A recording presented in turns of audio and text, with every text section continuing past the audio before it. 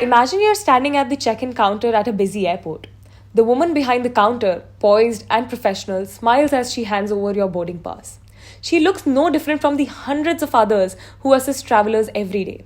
But what if I told you in the 1980s this very woman could be dismissed the moment she got pregnant? Ladies and gentlemen, welcome to today's podcast where we explore the groundbreaking case of Air India versus Nargesh Meerza and its lasting implications on gender discrimination in the workplace. My name is Arya and I'm your chief flight attendant. On behalf of the entire crew, we are pleased to have you with us today. It's 2024 and workplaces are changing at an incredible rate. Women are striving for equal pay, maternity leaves, and the right to work without discrimination. But have you ever wondered how long this struggle has been going on for? Consider this. Today, a flight attendant can leave on maternity leave and return to work. But in the 1980s, that choice would have sent her flying out of her job. And here's the surprising part. It wasn't merely a company policy. It was the law. But all that changed when a group of women said, enough. In the landmark case of Air India versus Nargesh Meerza, the flight attendants took a stand against the airline since it forced them to retire if they married or became pregnant. Their fight wasn't limited to job security. It became a turning point for labor rights and gender equality across India. So let's dive right in. With me are some fantastic guests who will take us through the layers of the case, the legal arguments, the broader social concepts, comparisons with other cases, and the lasting impact it has today.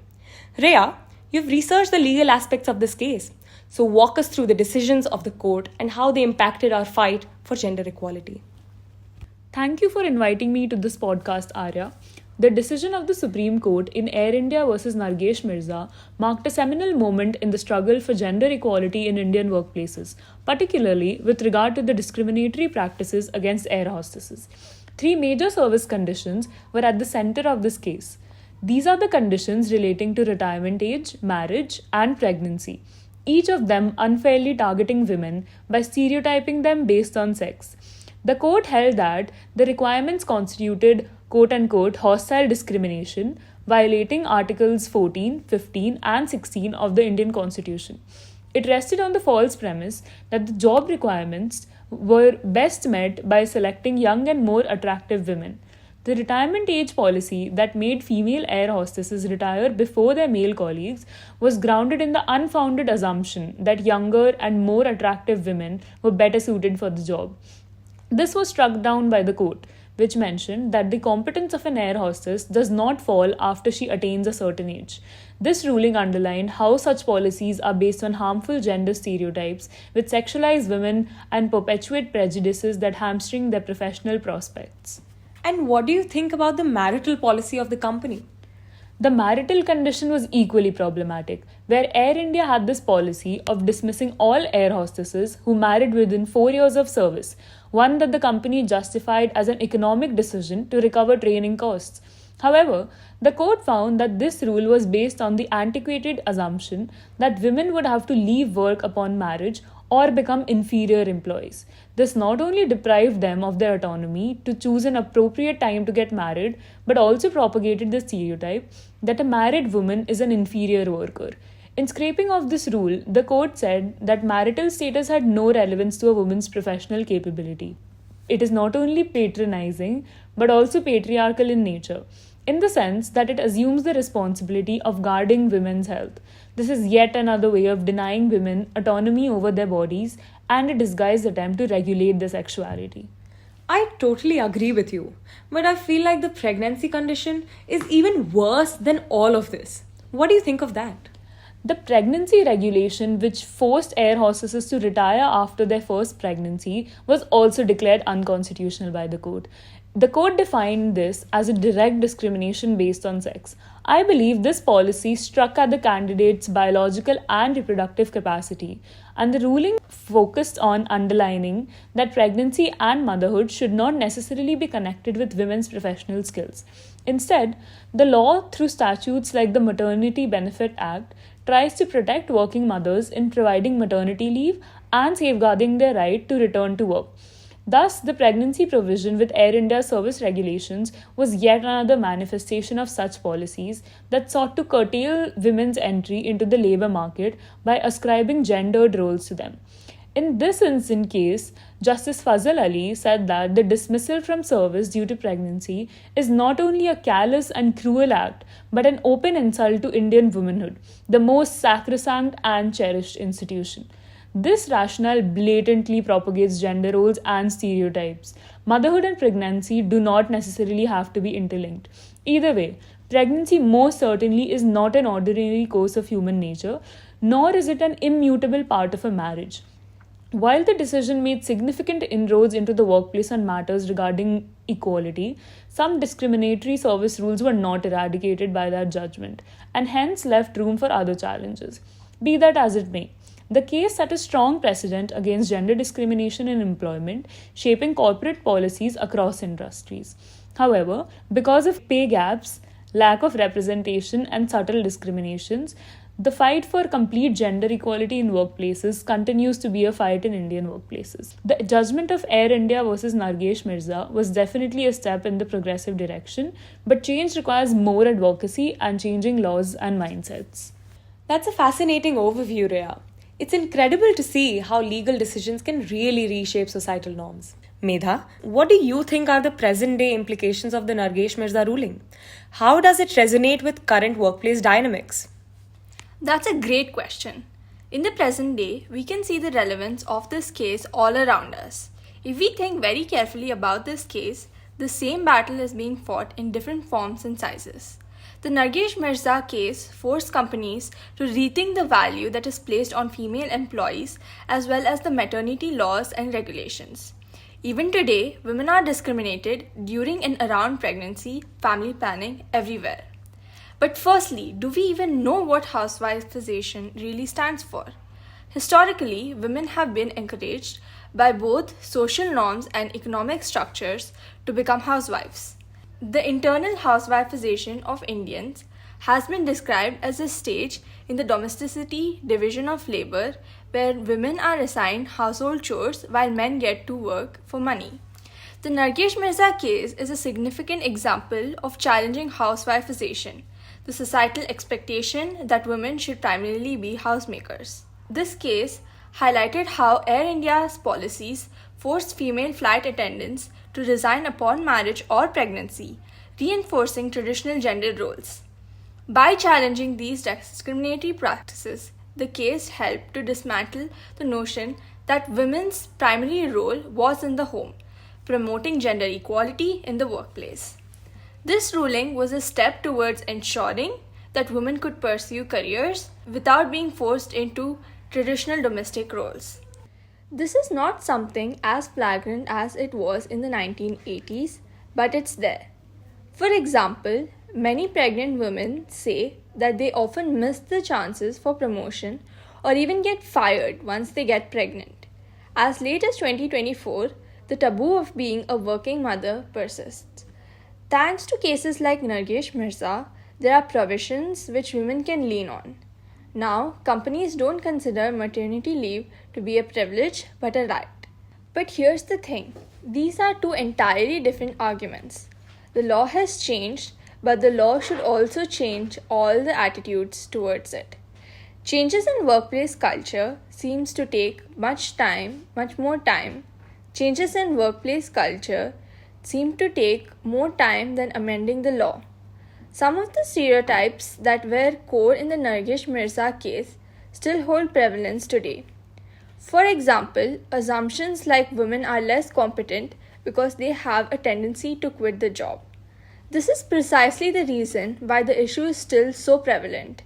The point I'm trying to make is that legal changes, however important, are only skimming the surface of the problem. Vasundhara, you have delved into the broader social concepts surrounding this case. Can you explain and elaborate on how ideas like housewifeization can pull women back at the workplace? Sure, Arya. As we all know, historically, society has been biased against women working outside the house. To understand the concept of housewifeization, we need only to look at the history of lace. It is interesting how a fabric that has traditionally been associated with notions of femininity has been used to exclude women from their own vocations. The history of lace in India, indeed around the globe, has been spearheaded by women, but unfortunately, now their contributions have been sidelined in an art they helped popularize. If we look at the works of scholarly luminaries like Marx and Engels, we see recurring mentions of women working in lace factories in exploitative conditions. In India as well, the art of crocheting was introduced by missionaries in the 1860s.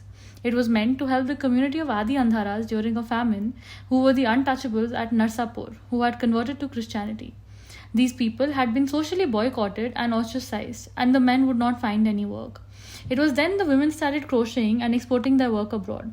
By 1980s, the lace export industry had swelled and the men started taking over. With time, while women were kept on as lace workers, they were not reaping the benefits of their work. The force behind this exclusion was the idea of the housewife, who was mystified behind the walls of the house. A housewife does not work, at least not in the wage-earning sense. To quote Mara Mais, who also coined the word housewifization, the classical role definition of women as non-working housewives becomes a necessary precondition for the unlimited exploitation of their labor in the house and in the informal sector. Therefore, the idea of a woman as a housewife is necessary, not just socially but also economically, to reduce her participation in the workforce.